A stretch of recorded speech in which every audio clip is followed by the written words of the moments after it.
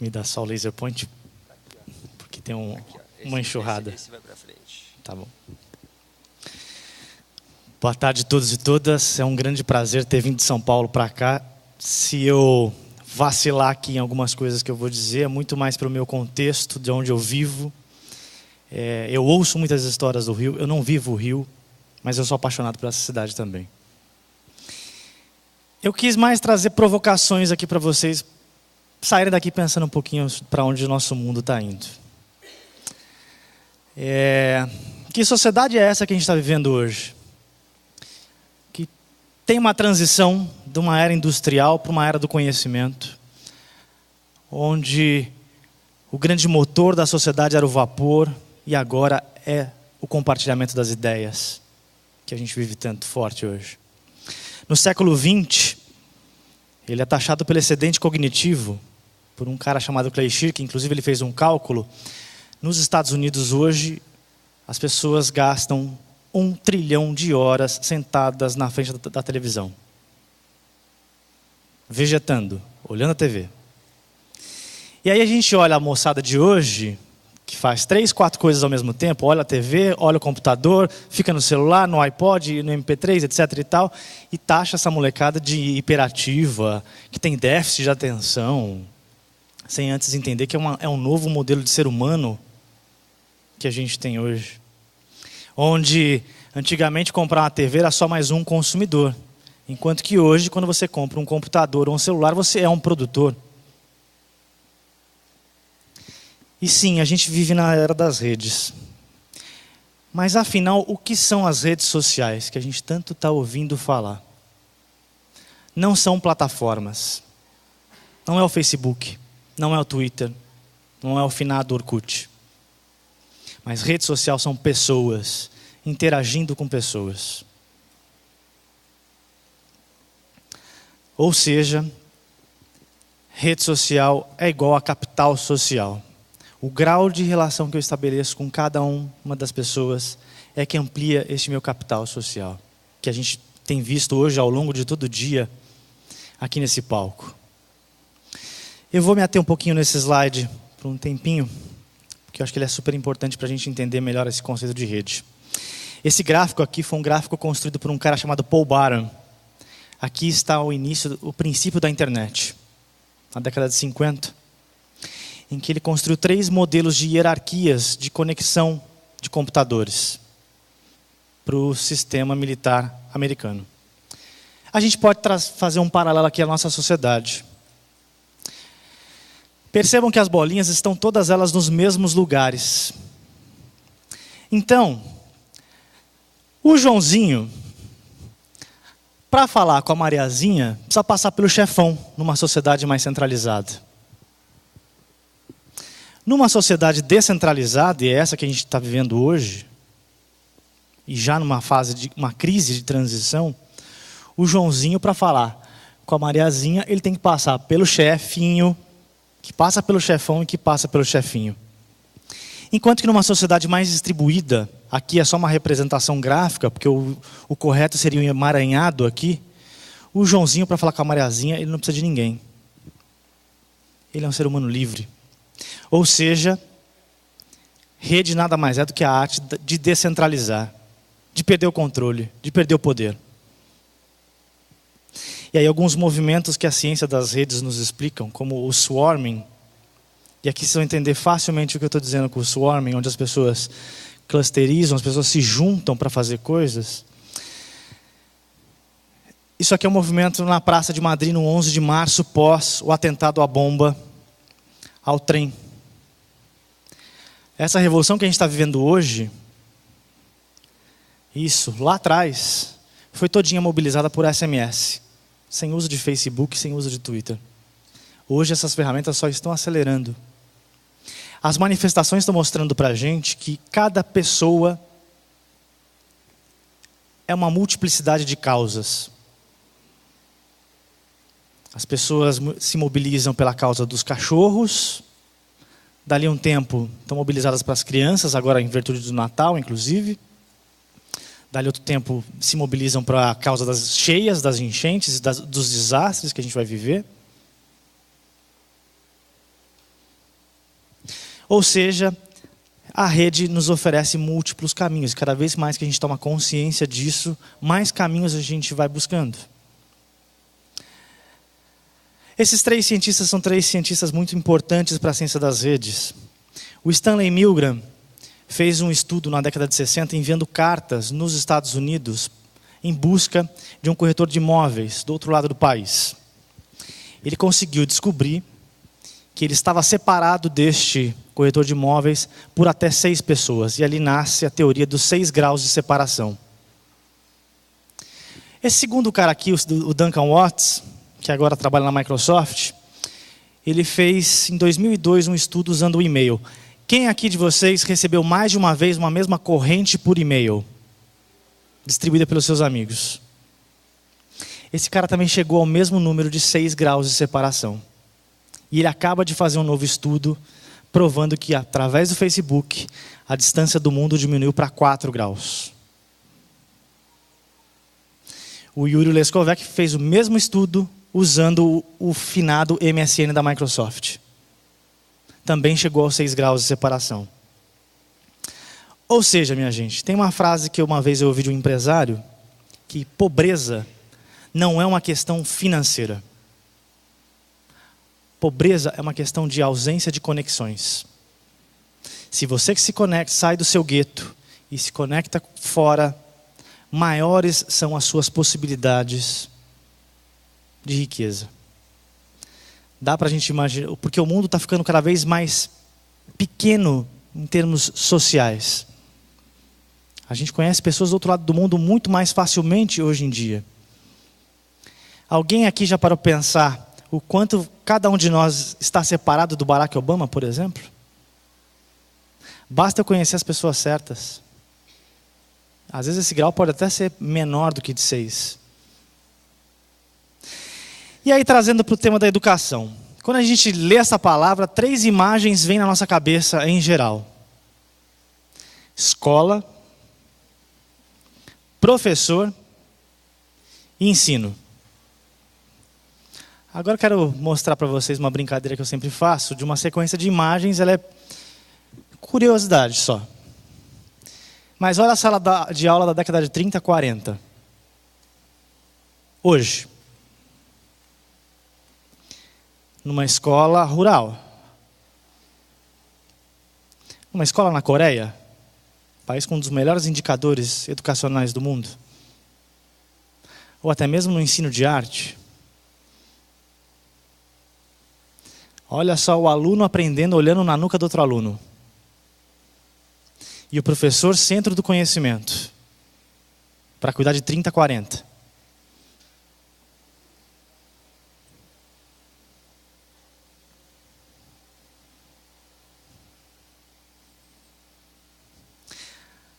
Quando a gente ouve falar de tecnologia na educação, eu por trabalhar numa empresa de tecnologia, ouço muito a falácia de que a tecnologia vai resolver o problema da educação, vai acelerar a aprendizagem das pessoas e etc. Ah, tá. Então deixa eu ver como é que vai acelerar se eu só coloquei agora um dispositivo entre a nuca do outro aluno.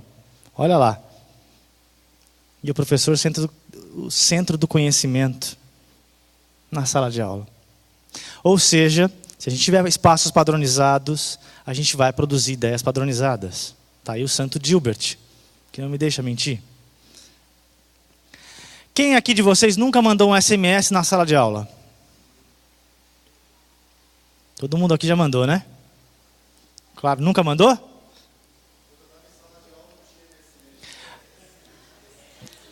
Tinha, sabe por quê?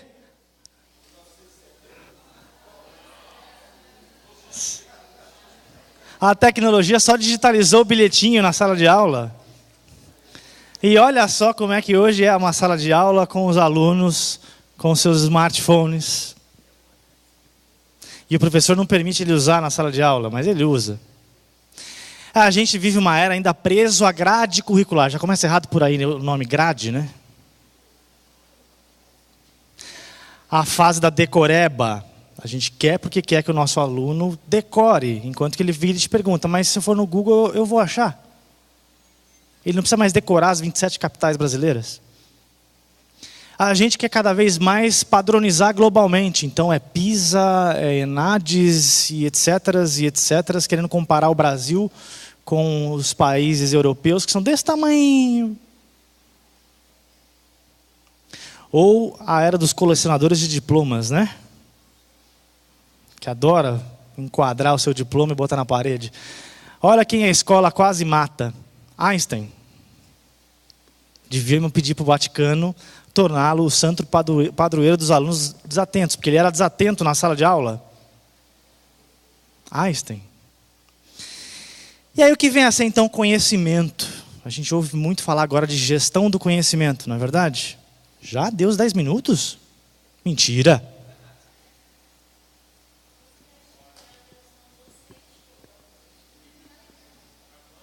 Jura? Pode ir? Ó. Conhecimento estava espalhado no mundo. A gente começa a trancar no livro. A Igreja Católica cria uma biblioteca para colocar todo o conhecimento num lugar, num espaço. Mas conhecimento não é algo que você embute na cabeça de nenhum ser humano. Não é um objeto que você vai lá na prateleira do supermercado e pega meio quilo de álgebra, 200 gramas de biologia, mas é uma relação social. Quando a gente ouve falar de inovação, a palavra da moda agora é essa, né? Deixou de ser sustentabilidade e virou inovação. Qualquer empresa agora é inovadora. A era do iluminismo. O que todos esses caras aqui, o Adam Smith, que é o pai da teoria econômica, Isaac Newton, e todos esses caras têm em comum? Olha só que curioso. Os cafés. Esses caras se encontravam nos cafés em Londres. Para quê? Para interagir. Para polinizar as suas ideias. Eles escreviam no papel de pão as suas fórmulas e compartilhavam e não estavam nem preocupados com direito autoral. E o que isso tem a ver com os dias de hoje? Muita coisa, mas a gente está redescobrindo os cafés. O que eu mais tenho visto em empresas são eventos de World Café e de cocriação. E aí tem uma série de metodologias que estão surgindo, o Design Thinking, a teoria U, e etc, e etc, e etc. Mas afinal, que tipo de inovação você está buscando se você tranca corpos em laboratório? Você tem que inovar de segunda a sexta-feira, das 8 da manhã às 5 da tarde, e me entrega essa inovação. A gente está vendo a era da nova classe C, não é verdade? E eu gosto desse cara pra caramba, que é o Sérgio Vaz, poeta que criou a Cooperifa, que ele diz que a classe C agora, a nova classe C, é a classe C de correria. Você vai na favela, você vai na comunidade, o cara está no corre, ele está no corre, está correndo para botar um botijão de gás em casa. Ou, como o Reinaldo Pamponé, que é um grande amigo, que criou a Sevirologia. Você tem a pergunta na sua cabeça que está te provocando. Você tem a web, você tem um celular, você tem um computador, você tem a lan house. Meu irmão, se vira. Vai atrás. Faça. O brasileiro é o mestre da gambiarra. Jane Jacobs, essa senhorinha aqui, que era jornalista, não era urbanista, descobriu o happy hour. Ela falava das relações de confiança. Quantos de nós, muitas vezes, os nossos pais deixavam a chave de casa? Até hoje, em comunidade, a gente vê isso, né? Muito mais facilmente. Deixa a chave de casa no vizinho, deixa no açougueiro, né? Na quitandinha. Porque essa relação de confiança existe nesses lugares. Essa é a base do Yunus com microcrédito. E aí, em São Paulo, pelo menos, a gente está discutindo os 20 centavos da passagem do ônibus. Enquanto a gente não deveria discutir o preço da passagem ou a qualidade do transporte público, a gente tem que discutir a descentralização da cidade. Porque eu trabalho numa avenida chamada Luiz Carlos Berrini, que é um inferno, que você leva 2 horas para chegar na tua casa. Enquanto que a Zona Leste não tem emprego. E falar de futuro, a gente tem que despertar nas pessoas ainda mais o prazer pela curiosidade, pela criatividade. Essas são as competências do século XXI. A gente está vivendo a era do autoconhecimento coletivo. A gente está em crise porque a gente está tentando se entender enquanto sociedade, além de tentar se conhecer como indivíduo. As pessoas cada vez mais são autodidatas, e a gente está valorizando isto. Ou o alterdidatismo, que a gente sempre fez, mas a gente nunca valorizou.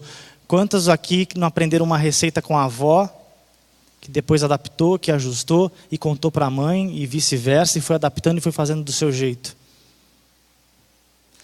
Ou seja, minha gente, a sabedoria cada vez mais está nas multidões. E você é aquilo que você compartilha. E ao mesmo tempo a gente vai construindo o mundo e ele vai nos construindo, a partir de todo esse viver nosso. E aí eu trouxe uma série de plataformas para não ficar só numa questão filosofal aqui e mostrar o que está acontecendo hoje. Está aqui, ó, o MIT abrindo cursos pela web. E você pode pegar esse conteúdo, repaginar ele para a sua aula à vontade. Ele é free. Ou quem diria, Harvard, o próprio MIT, universidades que são concorrentes, juntas ministrando cursos pela web. E isso não é privilégio dos americanos, a Unicamp participa desse consórcio e mais uma série de outras universidades brasileiras participam disso. A Universidade dos Pés Descalços, eu ouvi de manhã aqui algumas falas, eu falei, opa, deixa eu botar isso aqui no meu slide. Esse cara criou uma universidade comunitária. Ninguém lá tem diploma de mestre ou doutor. Você é pedreiro? Sabe bem esse ofício? Vem cá, vem ensinar para a comunidade. Vamos criar uma tecnologia social, inclusive. Quantos de nós aqui não buscamos e polinizamos através do Google? Aliás, a gente trabalha de graça para o Google, todo mundo sabe disso? E dá para se imaginar hoje viver sem ele? Ou a Wikipedia. Ou o próprio Khan Academy, que você pode hoje já em português aprender matemática e agora, a partir desse ano de 2014, linguagem de programação. Você não precisa mais de um professor de matemática na sala de aula, escrevendo no quadro. A própria Educopédia aqui do Rio de Janeiro. Plataforma de economia criativa, como eu falei da civilologia do Reinaldo, você produz um vídeo através de uma pergunta que está te provocando e você ainda pode ganhar grana com esse vídeo numa rede. Ou você pode hackear coisas, aprender a hackear coisas com as pessoas. Ou você pode acessar uma biblioteca virtual, que inclusive toda hora muda de domínio para fugir de qualquer rastreamento.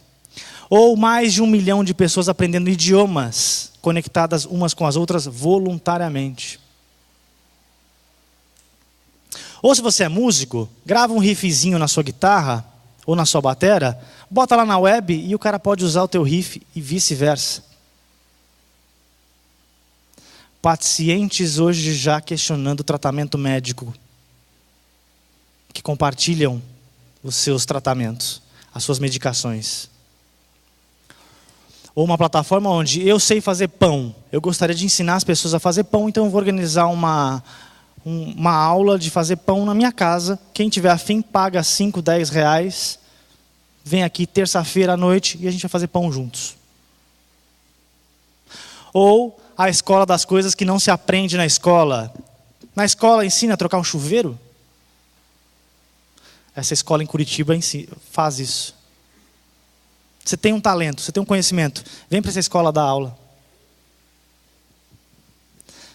Escolas de ideias e de coisas. A Quest to Learn, por exemplo, em Nova York, que a partir da quinta série, do quinto ano, as crianças aprendem através de games. Não só game de videogame, mas games presenciais, não só no virtual. Ou você pode, inclusive, se preparar para o Enem através de um game. Plataforma brasileira. Hole in the Wall é uma experiência de um indiano chamado Sugata Mitra, e eu pude presenciar a experiência dele em São Paulo. Ele fez um buraco na parede, botou um computador e a criança aprendendo o idioma inglês em 3 meses sozinha. E falando um sotaque britânico. Ou uma escola na Suécia que está repensando, repaginando todo o design da escola. Aqui no Rio, inclusive, tem o projeto Gente, na Rocinha, que está se inspirando nisso. Ou um coletivo que simplesmente, através do crowdfunding, viabilizou rodar 13 escolas por todo o mundo e se publicar um livro sobre essas experiências. Pode, inclusive, baixar o livro digital. Ou Dale Stephens, que fazia faculdade em Harvard, achou aquilo tudo uma porcaria, não servia para nada, largou e criou os mandamentos de como é que você pode aprender, como é que você pode fazer coisas mais bacanas do que a faculdade te ensina. E, inclusive, está financiando projetos de pessoas que estão largando a faculdade. Porque se você pegar Steve Jobs, Zuckerberg, e entre outros, nenhum deles é formado. O Wikimapa aqui do Rio de Janeiro, mapeando a comunidade, porque a favela não está no mapa digital do Google. Ou você pode simplesmente ir para uma plataforma dando ideias. Só dar ideias. Estou com uma ideia na cabeça, não quero perder ela, vou lá botar na internet. Ou você ainda pode participar de um festival de ideias que pode botar grana na sua ideia que se transformou num projeto.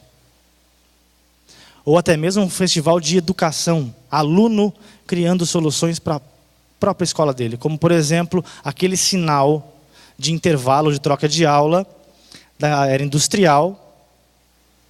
Trocar por musiquinhas. Estou acabando, prometo. Macumba online você pode fazer. O TED, daqui a pouquinho vem gente para falar um pouquinho do TED. Uma plataforma de educação do TED. Nuvens de soluções, uma rede de leitores. Curso de TI, minha gente. Falaram aqui, um menino de 12 anos trabalhando no Google. Acabou essa faculdade de TI, você aprende tudo na web. As empresas estão buscando novos espaços de aprendizagem. Porque cada vez mais o poder das escolhas das pessoas. O que motiva a gente? O que é a recompensa financeira? Não. Porque nós somos pessoas, seres colaborativos. Porque a gente tem propósitos comuns, causas relevantes. A gente está criando profissões do futuro. 70% das profissões da web não foram inventadas ainda. Buscando novos modelos de negócio, porque estão todos falidos. Lembra que eu mostrei lá a estrutura de sociedade? Ninguém quer mais o chefe. E isso vale para as organizações não governamentais também. Não é só privilégio de empresas essa crise. Ou seja, minha gente, meus últimos 4 slides. O objetivo da educação é aprender e não é ensinar. O que importa não é mais aquilo que você sabe, mas o que você pode aprender. A sua capacidade de aprender. E você não pode ensinar nada para ninguém, só ajudar a descobrir dentro de si mesmo. É Galileu Galilei, em trocentos anos atrás, já dizendo isto. E essa é uma das frases que eu mais curto falar, que é: eu guardo o meu conhecimento dos meus amigos. Eu não preciso mais ser um especialista.